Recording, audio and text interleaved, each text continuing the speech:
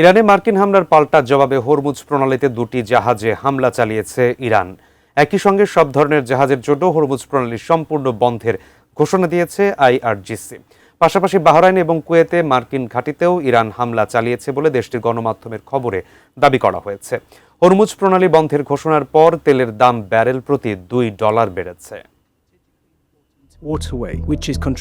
গত সোমবার হরমুজ প্রণালীর কাছে যুক্তরাষ্ট্রের একটি অত্যাধুনিক অ্যাপাচি হেলিকপ্টার বিধ্বস্ত হওয়ার ঘটনার পর থেকে যুক্তরাষ্ট্র ও ইরানের সংঘাত নতুন করে বৃদ্ধি পেয়েছে।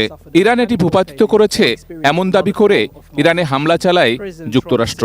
এরপর ইরানও পাল্টা হামলা চালায়। ওই ঘটনার জেরে বৃহস্পতিবারও হামলা ও পাল্টা হামলার ঘটনা ঘটে। আমি বুঝি নির্মাণের শিল্প, সালাম স্টিল বোঝে ডিউরেবিলিটি। সালাম স্টিল, মোস্ট ডিউরেবল স্টিল।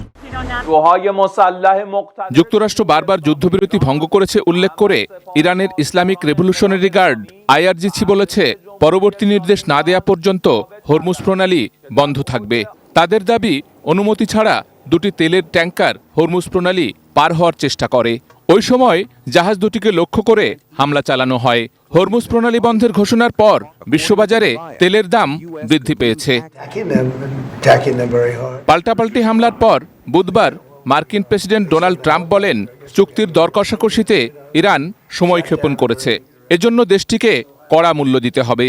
তিনি হুমকি দেন, যদি ইরান দ্রুত সময়ে চুক্তি না করে তাহলে কঠোর হামলা চালানো হবে। অন্যদিকে যুক্তরাষ্ট্র বারবার যুদ্ধবিরতি লঙ্ঘন করেছে এমন অভিযোগ করে ইরানের পক্ষ থেকে বলা হয়েছে, তারা ওয়াশিংটনের সঙ্গে কূটনৈতিক সম্পর্ক পুনর্মূল্যায়ন করবে। নতুন করে এই উত্তেজনার মধ্যেও ওয়াশিংটন ও তেহরানকে আলোচনায় ফেরাতে কূটনৈতিক প্রচেষ্টা অব্যাহত রয়েছে।